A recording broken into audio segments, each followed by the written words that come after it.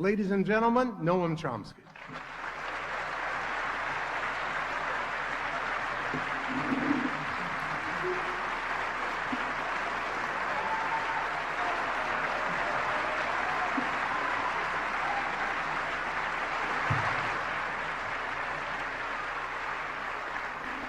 Thank you. Well, I have to begin with a little of that well-deserved humility that you were just hearing about. The phrase imperial grand strategy, I can't take credit for or maybe blame for. I plagiarized it from the leading establishment journal in international affairs, foreign affairs, in an article that appeared by a well-known international relations specialist, John Eikenberry. It appeared in October 2002, immediately after the rather spectacular announcement a few weeks earlier of the Bush administration's national security strategy. And Eikenberry is referring to what he called the new imperial grand strategy, referring to it very critically, as many others did right in the foreign policy elite.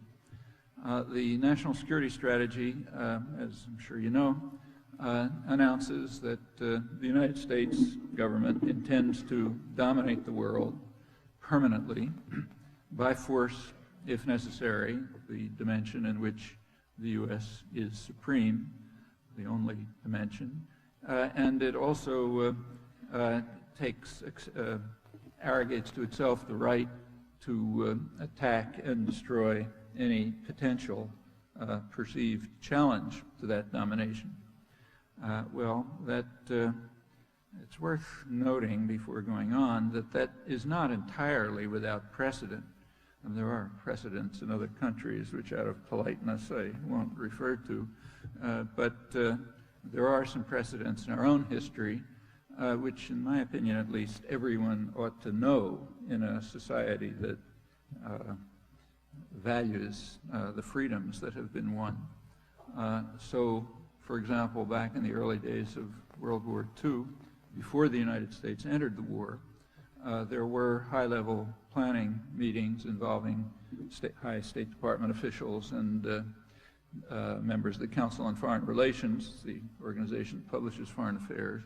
It's basically the foreign policy elite, called War Peace Studies programs, interesting, detailed studies of the post-war world. They're particularly interesting because many of those policies were then implemented. Not surprisingly, it's pretty much the same people, the same interests. And one of the main themes back in 1941, I'm now quoting it, was that the U.S. in the post-war world would hold unquestioned power, acting to ensure the limitation of sovereignty by those who might interfere with the policy to achieve military and economic supremacy for the United States. Well, the wording is not very different from the national security strategy. And there are many examples since, including the Clinton administration. So the Clinton administration was open and explicit that it declared the right to take unilateral military action, if necessary, in order to secure access to markets and resources. Again, sort of the theme of the national security strategy, and there are many others. Nevertheless, the Bush national security strategy did arouse many shudders around the world, including the foreign policy elite at home, but not because the wording was so different, but because of the character of it. It was very brazen and defiant and in your face. It was a warning to the world. Furthermore, it was accompanied, the others were kind of internal, among ourselves, discussions of what's in our pocket. And that's a difference. Furthermore, it was immediately accompanied by actions to demonstrate that it was meant very seriously. I don't have time to talk about all these, but some of them were quite important. They included immediate announcement of highly aggressive military plans now in operation, which are very threatening to peace in the world and to us, and also immediate steps to undermine international agreements that might ban or at least limit threats to us, like bacteriological warfare, militarization of space, and so on. But the most brazen declaration, and this was understood, was the announcement at the same time, September 2002, that the United States intended to invade Iraq. That invasion was understood to be what's sometimes called an exemplary action. That is, an action taken to demonstrate to the world that the doctrine that had just been announced was intended very seriously, and that the U.S. would indeed, under this leadership, resort to force at will, without any credible pretext, and without international authority, just reliance on force. The New York Times, after the war was over, pointed out correctly that Iraq is intended to be the first test case of the doctrine, not the last, the petri dish in which the doctrine is being developed. Critics like Eikenberry and many others warned right away that both the doctrine and its implementation are likely to severely increase threats to the world and to the United States.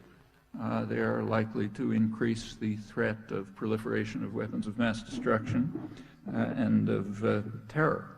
And the logic is very straightforward. It doesn't take a genius to figure it out.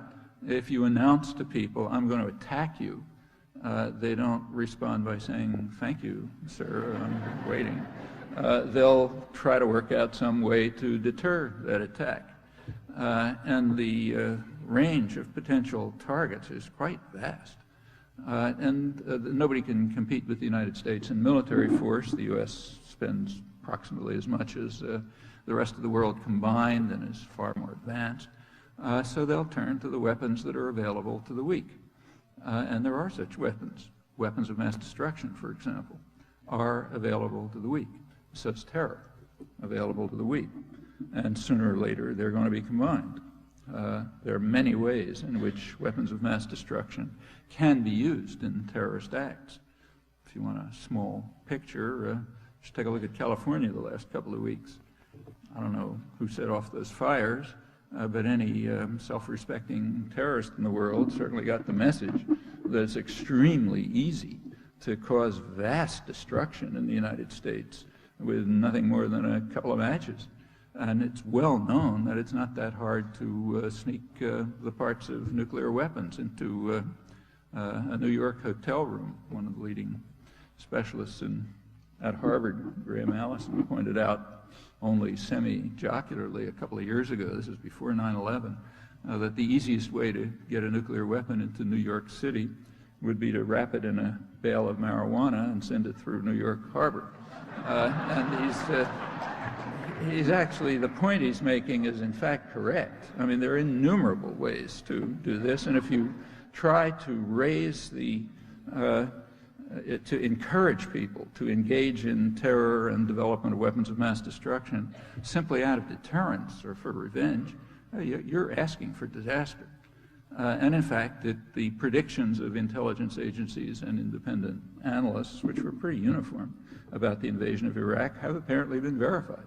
The same sources are now saying that it caused it was a huge setback in the war on terror. It encouraged, there was a sharp spike, I'm quoting, in recruitment for al-Qaeda style organizations. Experts on North Korea and Iran have pointed out right away that this is undoubtedly a stimulus to them to develop weapons of mass destruction, and for all the perfectly obvious reasons. Well, you know, this is part of the reason for the really quite unprecedented critique of both the doctrine and the war all over the world, but including the foreign policy elite at home. can think of more principled criticisms, but those narrow ones are very striking. There's been no precedent for this. The national security doctrine itself makes it barely mentions, scarcely mentions international law or institutions. The Bush administration immediately made it evident to the United Nations that the Security Council could be relevant, that's the word that was used. The Security Council could be relevant by giving its meaningless stamp of approval to a war that the United States was going to carry out anyway, or else, as Colin Powell explained to them, they could be a debating society. So that's your choice. Either be relevant and catch up, as administration spokesman put it, give a stamp of approval to what we're going to do, or be a debating society. Shortly after that, the World Economic Forum had its meeting in Davos, Switzerland last January. Now, these are the corporate executives who pay $30,000 to rub shoulders with each other, and the political great and so on. They're the people who the business press calls the masters of the universe. Just a bare touch of irony, but not too much. It's pretty accurate. The main issue at the Davos meeting was the forthcoming war in Iraq, to which they were bitterly opposed.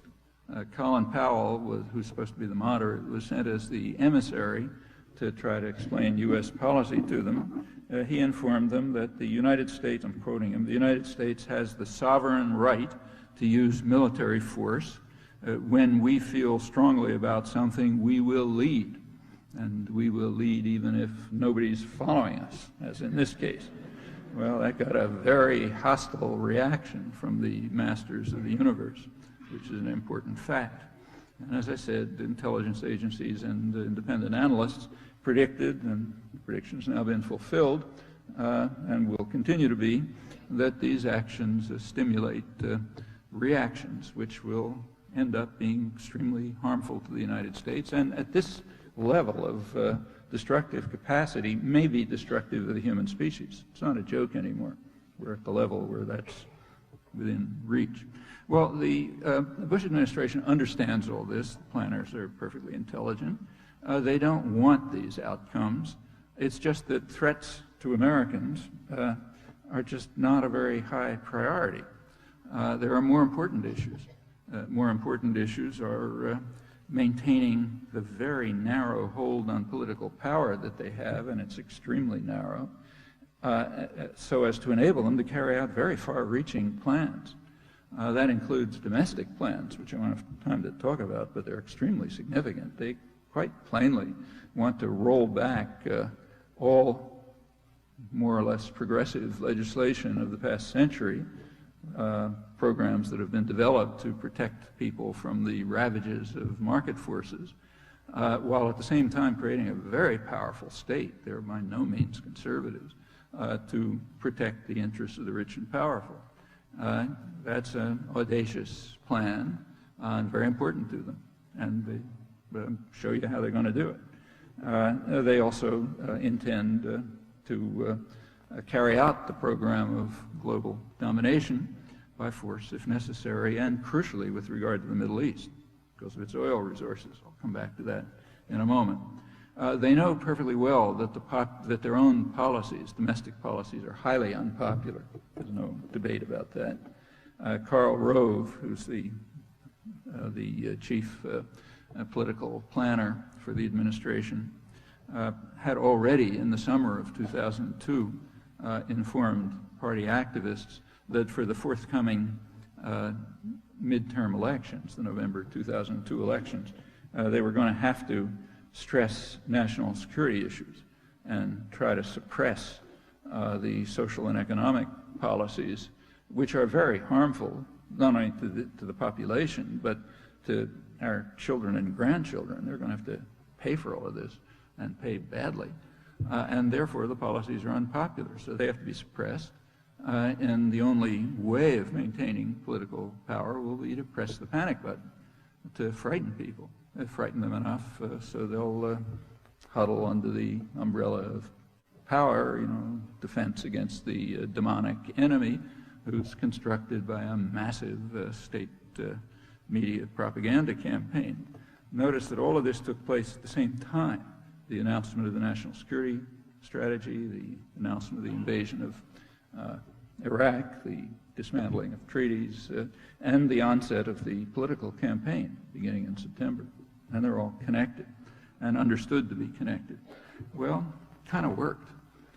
Within a few weeks, U.S. public opinion was driven off the international spectrum, literally. After a couple of weeks of propaganda, over half the population believed that Iraq was a serious threat to the security of the United States. Pretty soon, a majority believed that Iraq was involved in the September 11th attacks, maybe responsible for them, that it was linked up with al-Qaeda, that it was developing weapons of mass destruction, and so on. Furthermore, these beliefs were very closely correlated with support for war. As people who had the belief supported the war, which is not very surprising. I mean, if I believed those things, I'd have supported the war too. You know, makes sense under those conditions. Worth noting that the United States is alone on this, alone on the planet. You know, even the countries that were invaded by Saddam Hussein, Iran and Kuwait, didn't regard him as a threat. You know, they hated him, delighted to have him drawn and quartered, but they understood it's not a threat. In fact, it was the weakest country in the region. It was practically devastated by sanctions, the murderous sanctions that had killed hundreds of thousands of people. The country was held together by Scotch tape. It had been almost completely disarmed, otherwise the U.S. wouldn't have attacked it. It had its military spending was, military budget was about a third of Kuwait's. Kuwait had, 10% of the population, and it was much weaker than the surrounding countries. And of course, they're all far weaker than the regional superpower, Israel, which is effectively a military base of the United States at this point, and dominates them all. You know. So the threat of Iraq was perceived by nobody outside the U.S. The regional countries, including Kuwait and Iran, had been trying to reintegrate Iraq back into their own regional system over strong U.S. objections. But the U.S. was driven off the spectrum. It's a pretty spectacular achievement, and stays so. In May of this year, you'll recall May 1st, there was an extravaganza which elicited a combination of ridicule and fear around the world, but was hailed here. The president landed on in combat gear in an aircraft carrier that was carefully placed so you got the right TV images behind it and so on and so forth. Instead of laughing, the press took it seriously, at least pretended to. The front page story in the New York Times reported that Bush on the aircraft carrier gave a powerful Reagan-esque finale. I'll come back to the phrase for the war in Iraq. The more serious more astute commentators like the Wall Street Journal reported that this isn't a victory in the war speech. It was the first stage. It was the opening, they said, of the 2004 presidential election campaign, which is going to have to be built on national security themes for the same reason that the midterm elections were. And Karl Rove was kind enough to point out right afterwards that yes, that indeed is true. They're going to have to focus on how by conquering Iraq, the United States won a battle in the war on terror. Of course, the war is going to go on, so you have to make sure we have this powerful leader who can land on aircraft carriers wearing combat gear. That's got to be the theme of the campaign, and it does work. Also, it's worth bearing in mind that all of this is second nature to the people now running the country. Remember, they're mostly recycled from more reactionary sectors of the Reagan and Bush #1 administrations, and that's the way they held on to power for 12 years, just by terrifying the country.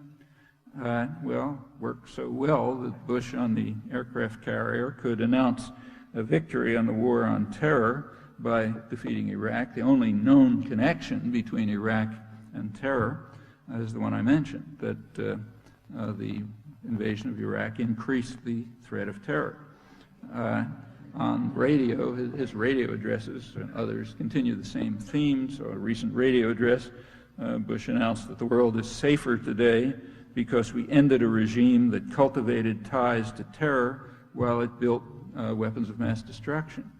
Well, you know, his speechwriters and his handlers know perfectly well that that's a total fabrication, but it doesn't matter. It's a kind of a higher truth. And they know that if you repeat it loudly enough and often enough, it'll somehow become truth. It'll get into people's heads. Doesn't matter what the facts are. For the November 2002 election, it barely worked by a very small number of votes, a few tens of thousands, but enough to hang on to political power. And exit polls demonstrated that Karl Rove's reasoning was correct. People kept their preferences, they changed their priorities. So they decided that protecting ourselves from the demon is more important than having a job or some way to take care of your elderly mother or something like that, at least temporarily, and it does continue to work. In October of last year, 2002, Congress passed a resolution authorizing the president to use force in Iraq because of the threat to the security of the United States posed by the government of Iraq. Again, that's unique in the world. The countries that Saddam invaded didn't have any such illusions. The press was kind, and intellectuals, so-called, were kind enough not to remind us that Congress was plagiarizing too. In 1985, President Reagan declared a national emergency in the United States because of what he called the unusual and extraordinary threat to the security of the United States posed by the government of Nicaragua. 2 days driving time from Harlingen, Texas. And notice that was a much worse threat. That was unusual and extraordinary, not just a threat. And it worked. What about the powerful Reagan-esque finale? What's the New York Times talking about? Well, those of you who are old enough to remember will recall what it was. It was Reagan's dramatic speech about how we are finally again standing tall after having conquered the nutmeg capital of the world, Grenada, where 6,000 U.S. Special Forces succeeded in overcoming the resistance of a couple of dozen middle-aged construction workers, killing several dozen of each other in the process, and earning 8,000 medals for it. So we were standing tall. That's the powerful Reagan-esque finale. And believe it or not, that worked too. People were terrified about the threat posed by Grenada. And so it continued right through the 80s, year after year, including domestic threats. You'll recall, again, those of you who are old enough, that Bush #1 managed to win the 1988 election by a straight race card. Vote for me or black rapists are going to go after your sister. That was the leading theme. Fear of crime and drugs in the United States are approximately like other industrial societies. Problem, but not out of control. On the other hand, fear of crime and fear of drugs are way beyond other industrial societies. One of the reasons why the prison population has gone out of sight. So since the Reagan years, the U.S. is by far the leader in this respect among any comparable countries. Well, those are ways to keep the population frightened. And you have to do that if you're carrying out policies that harm them. And these policies do harm them. You may not recall, but by 1992, Reagan was the most unpopular living ex-president, ranking right next to Nixon, way below Carter and Ford. But you can keep control that way, in the short term at least, and that's what they're counting on. Well, why was Iraq a test case? Not, say, Liberia or Eastern Congo, where massive atrocities were going on. With a fraction of the troops that were sent to Iraq or the cost, the U.S. could have terminated horrendous atrocities. Liberia is a particularly striking case because it's the closest there is in Africa to a U.S. colony. It was recognized in 1862, the same year as Haiti, and for the same reason. The Emancipation Proclamation was freeing the slaves, and we got to get rid of them somehow. So maybe you can send them to Black Africa or to Haiti. And since then, the U.S. has really exploited Liberia extensively and has quite a responsibility for the atrocities that are going on now. So why not send troops there, or Eastern Congo? Well, there's a good reason. Nothing is gained by preventing massive atrocities, so there's no point in that. On the other hand, Iraq is important. It's very different. It's right in the middle of the world's major energy reserves. In fact, Iraq itself has the second largest known energy reserves. And this is a crucial issue. Back in 1945, during the post-war planning period, the State Department recognized the Gulf region as, in their words, a stupendous source of strategic power and one of the greatest material prizes in world history. Eisenhower added that it is the strategically most important area in the world. And obviously the U.S. is going to control it for those reasons. And it's now expected to be even more important. The National Intelligence Council, which combination of the intelligence agencies, released a prediction for its own prognosis for the next 15 years or so. And they predict that that region will produce about 2/3 of the world's energy. Therefore, the U.S. has to control it. Notice that the word is control, not access. They don't expect the U.S. to depend on that oil. In fact, they expect the United States to rely on more stable resources in the Western Hemisphere and West Africa. But you have to control it. In fact, if the U.S. shifted to, say, solar energy, 100%, it would still have to control that energy resource because of exactly the reasons that the State Department pointed out back at the end of the war. It's an enormous material prize. It yields what one standard history of the oil industry called profits beyond the dreams of avarice for the energy corporations, and a huge flow of capital to the rest of the U.S. economy. It's not just oil company profits, it's armaments, massive flow of armaments, cycles back here, feeds into high-tech industry generally. Armaments and high-tech are closely linked. The massive construction projects, purchase of treasury securities at an unknown but important level for a country that has been a serious debtor since Reagan and now again Bush. Again, these people are not conservatives. They drive the country into massive debts for the future generations to worry about. And aside from that, it is a lever of world control. Back in 50 years ago, U.S. planners recognized that control over the world's oil resources gives the U.S. what was called veto power over what potential competitors might want to do. And they're not talking about Russia or Osama bin Laden, they were talking about Europe and Japan. Veto power over the potential competitors. That's become much more by controlling their energy reserves and also the sea lanes. That's important. A lot of the jockeying in Central Asia and the Middle East right now has to do with that. Particularly in the last 30 years, it's been recognized that the world has become economically what's called tripolar, three major economic centers, U.S.-based North America, Germany and France-based Europe, and at that 30 years ago, Japan-based Asia. By now, with the rise of the newly industrialized countries there, and China, it's more complex, but it's a very rich area. In fact, the most dynamic economic area in the world right now is Northeast Asia.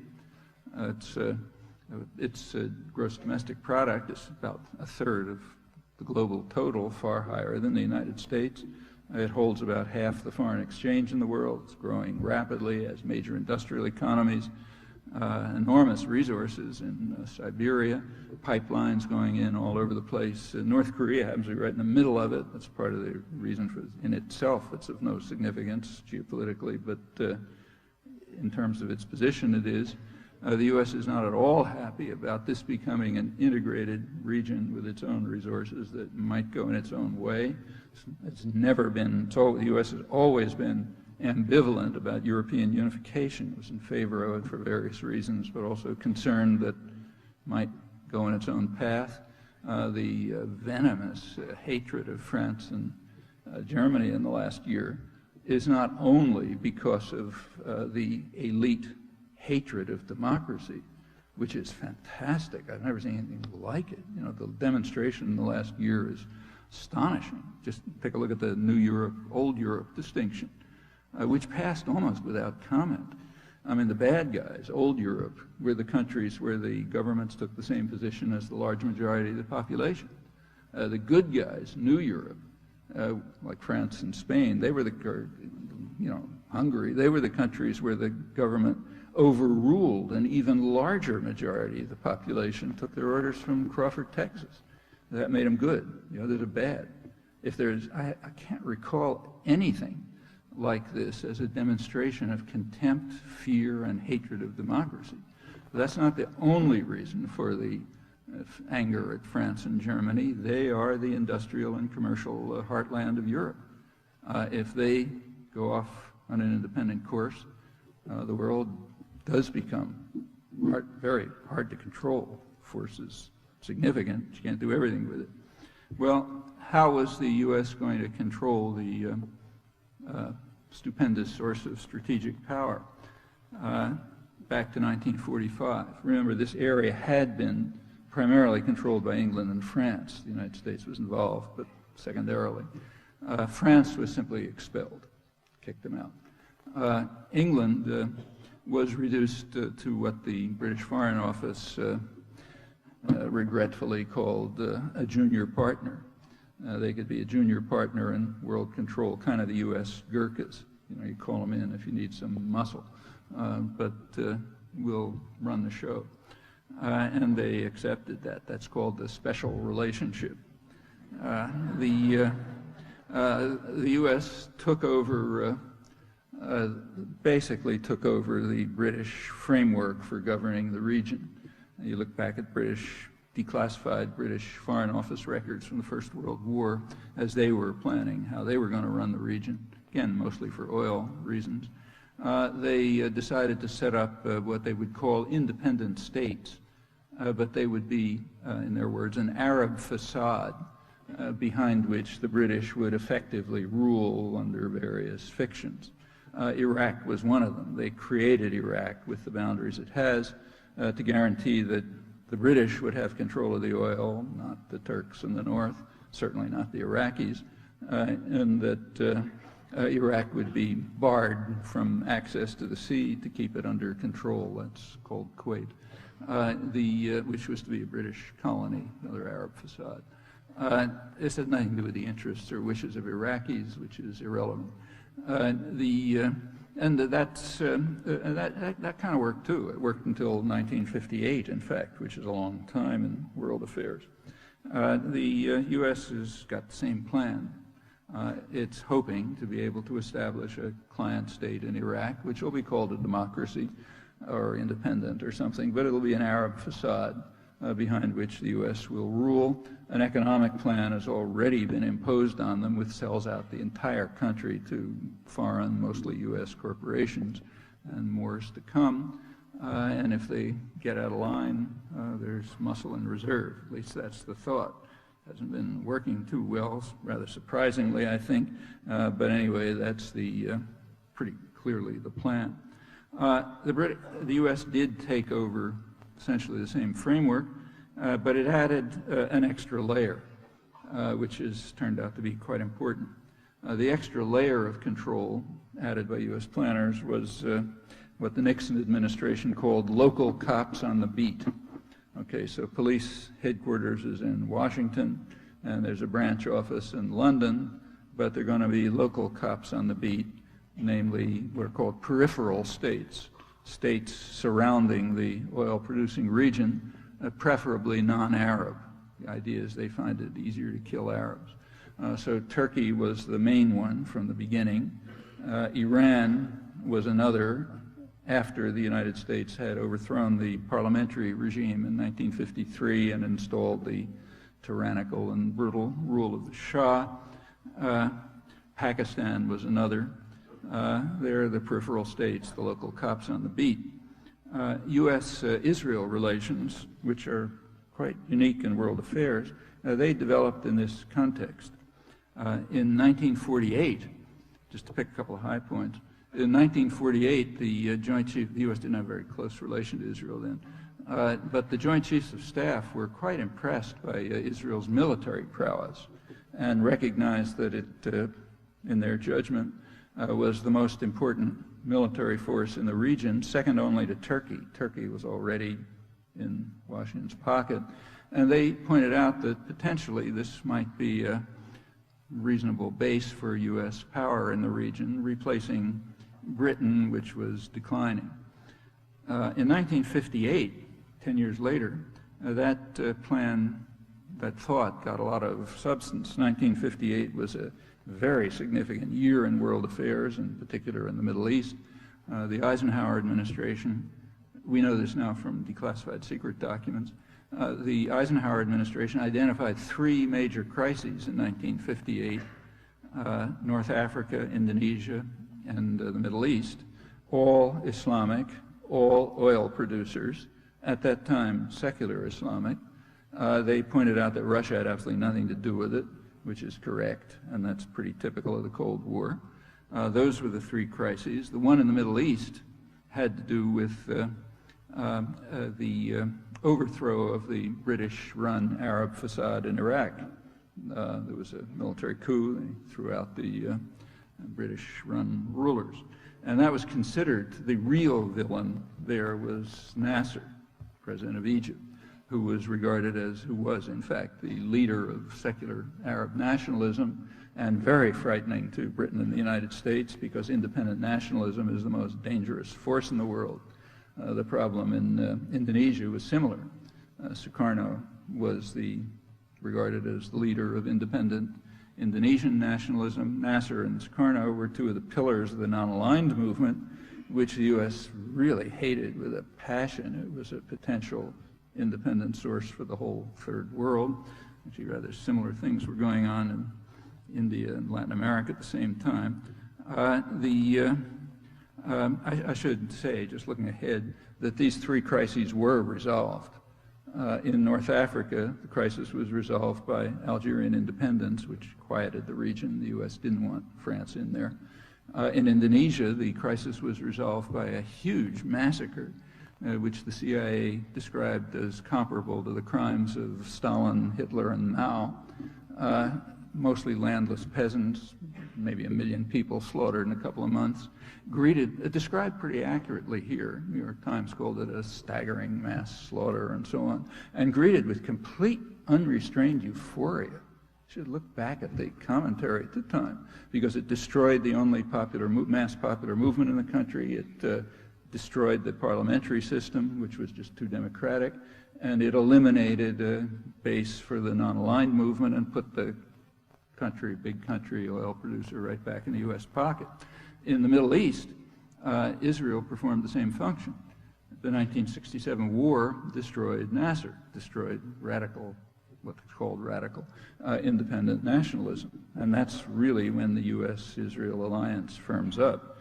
Going back to 1958, it was recognized by the National Security Council and President Eisenhower that, as they put it, a logical corollary of opposition to Arab nationalism would be reliance on Israel as the only stable base for U.S. power in the region outside of Turkey and Iran, and taken for granted. Well, so things went on until 1973, when Sadat, in fact, invaded Egyptian territory, as he said he was going to do, if the U.S. and Israel refused political settlement. And that was a near disaster for Israel. It led to a nuclear alert in the United States, hence a near disaster for the world. At that time, Kissinger understood You can't just discount Egypt and Arabs generally. He began his famous shuttle diplomacy, which led finally to the Camp David agreements in 1978. And it's interesting the way they're described. That's Carter, they're described as a diplomatic triumph of the United States, a peak point in the peace process. In fact, it was a diplomatic catastrophe. What the United States accepted in 1978 was what Sadat had proposed in 1971, except by 1978 it was, from the US and Israeli point of view, a much harsher version, because by then the Palestinian issue was on the agenda. So Sadat did call for Palestinian state in the West Bank and in the occupied territories, which he hadn't mentioned in 71. Nevertheless, the U.S. propaganda system is sufficiently well-oiled so that this diplomatic catastrophe becomes a diplomatic triumph. Carter wins the Nobel Prize and so on. But if you look back, you'll find out that's exactly what happened. Israel recognized openly at the time that with Egypt, the main military force of the Arab states, eliminated from the conflict, they would be free to enhance, expand the integration and occupation of the territories under military occupation, and also to attack their northern neighbor freely, as they started to do in 1978, major invasion in 1982. Relying on massive U.S. support. By then, almost half of U.S. foreign aid was going to them. The Palestinian issue had come onto the agenda by the mid-70s. 1976 was the first Security Council resolution calling for a two-state settlement in Israel, Palestine, on the international border, maybe some minor adjustment, incorporating all the wording, the main wording of UN 242, so recognition of the right of all states to live in peace and security, guaranteed borders, et cetera, et cetera. Israel refused to attend the session in retaliation against the UN for discussing it. It bombed Lebanon, killing about 50 people without any pretext. The U.S. vetoed the resolution, the first direct rejection of a political settlement by the U.S., and no time to go through the record, but if you bother to check, you'll find that it continues until this minute. From the mid-70s until today, the United States has unilaterally blocked a political settlement that is supported by virtually the entire world, including the leading Arab states, PLO, everybody. That's the way it goes from then till now, with literally no break. In 1982, the Israeli invasion of Lebanon, which killed about 20,000 people, it was no joke, was explicitly, no secret about it, an effort to undermine PLO diplomatic efforts. It was not a response to terror. There wasn't any terror across the borders except for Israeli bombing in an effort to elicit a provocation. It was backed by the U.S., which vetoed a couple of Security Council resolutions to stop the slaughter and invasion, and it was just an effort to eliminate the PLO as a negotiating partner. It was called, in fact, a war for the West Bank, and that's correct. Pretty much falsified here, but the facts are, again, very plain. Well, by 1991, right after the Gulf War, the U.S. was in complete control of the region, made it very clear it was going to run it, and it assumed, the Bush #1 administration assumed that they could impose their own extreme rejectionist settlement on the Israel-Palestine issue. You may not recall, or you may not know, because the facts were never published here, although they're on the official record, you can read them in the State Department bulletin, that their own proposal was that there can be no additional Palestinian state between Jordan and Israel. Additional, because Jordan is a Palestinian state, and that the future of the occupied territories have to be settled in accordance with the guidelines of the State of Israel. That was the official, it's called the Baker Plan, official Bush-Baker position, which strikingly was never published here, although it's official. I mean, published around the margins, like I wrote about it, and a couple other people did. 1991 Gulf War's over, you can impose your own solution. The Madrid negotiations began, but there was a problem there too. The Palestinians delegation was led by a conservative nationalist, man of great integrity and probably the most respected person in the occupied territories, Haider Abdel Shafi, and he simply refused to accept a settlement which would permit Israel, with U.S. backing, to continue its settlement, occupation, and integration of the occupied territories. So there was a stalemate. Well, fortunately, Arafat stepped in. He presumably understood that his support in the occupied territories and the refugee camps was collapsing, and he moved in by the back door through Oslo to undercut the Palestinian delegation and to accept a settlement in which he would essentially be the local boss running the Arab facade, which would do the work of Israel and the United States for it.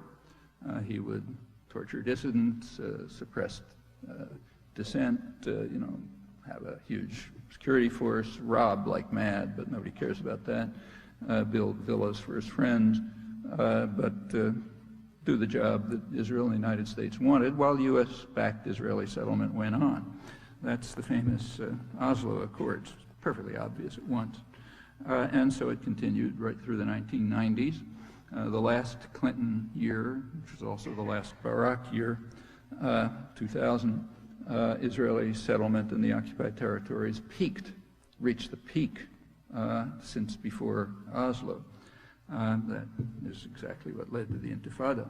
The Camp David II agreements, this is now summer 2000, were presented here almost unanimously, unless you looked at specialist literature or dissident literature.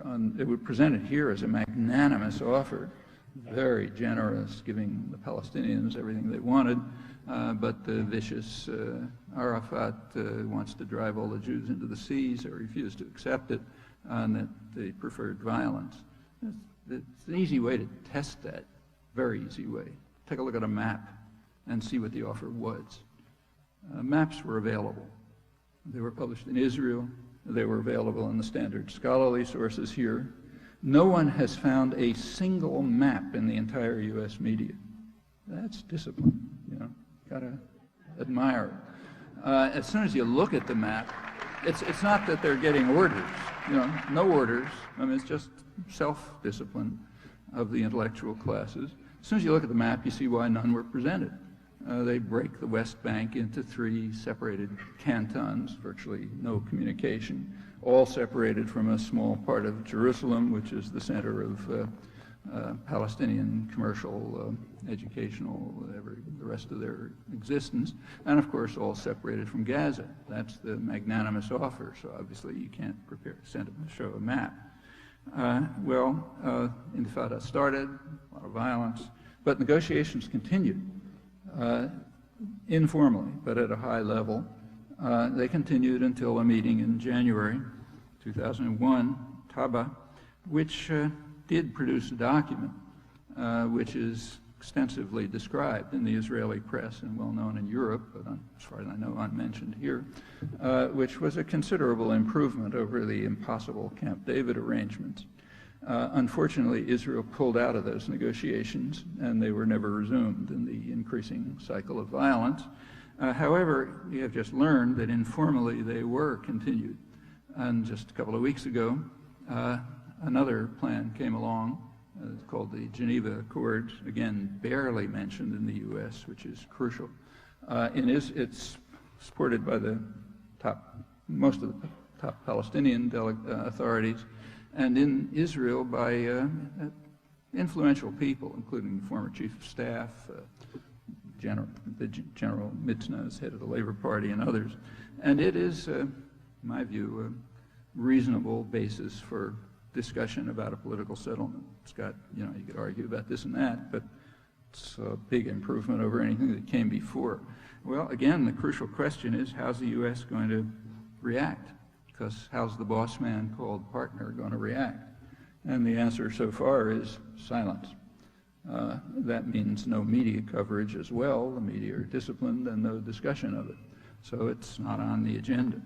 Well, how does the U.S. population feel about it? For one thing, people can't have a clue about what's going on because almost nothing that I've just described is published, although it's all perfectly straight off the public record. Well, the public has maintained support for the international consensus, which is pretty remarkable because there's been no articulate support for it here.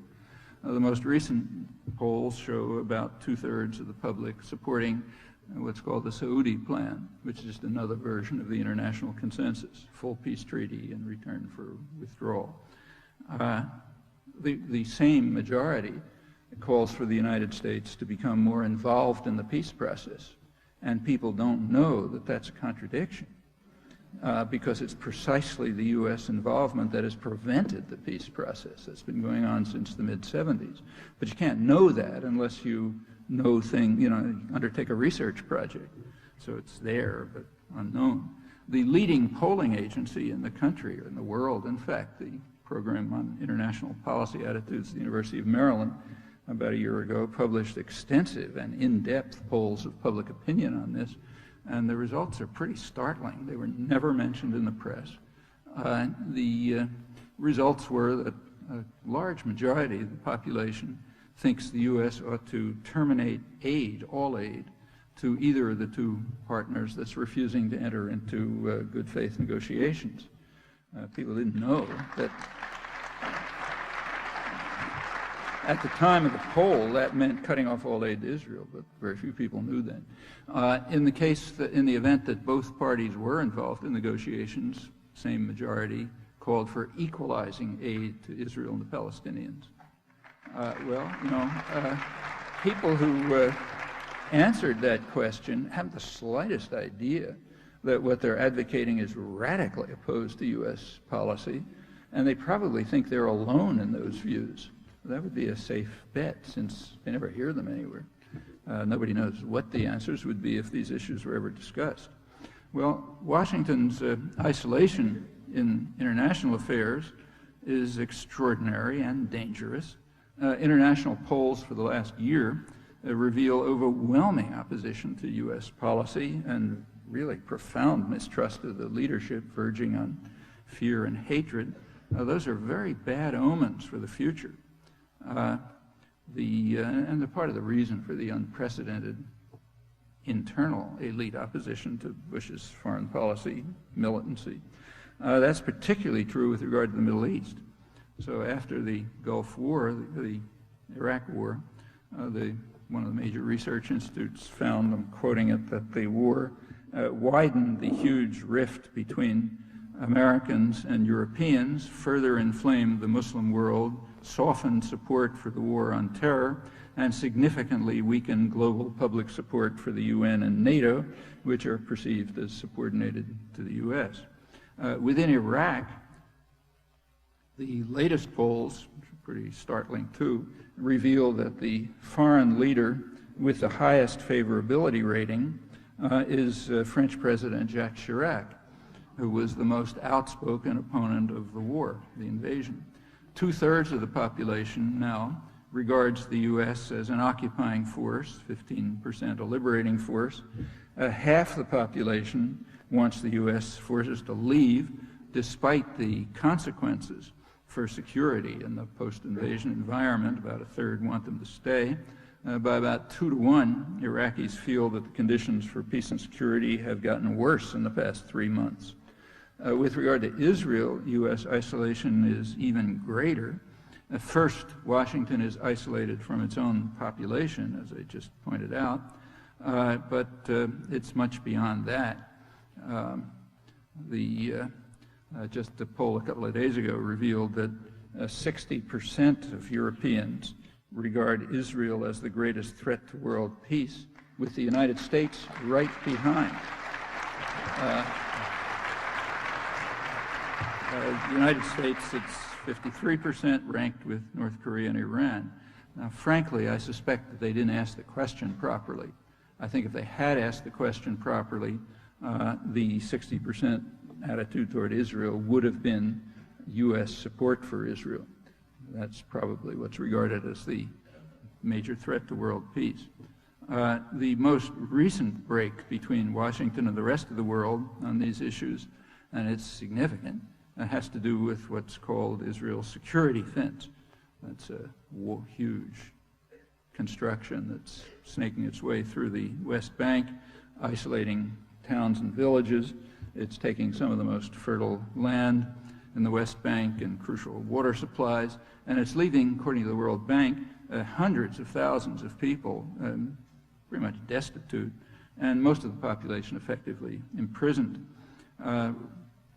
Just recently, Israel announced that Palestinians living on the Israeli side of the wall will have to request permits to live in the homes that they've been living in. You know, they and their families have been living in for hundreds of years. Of course, Israelis are allowed to settle there without any permits. That's bitterly denounced inside Israel by civil libertarians.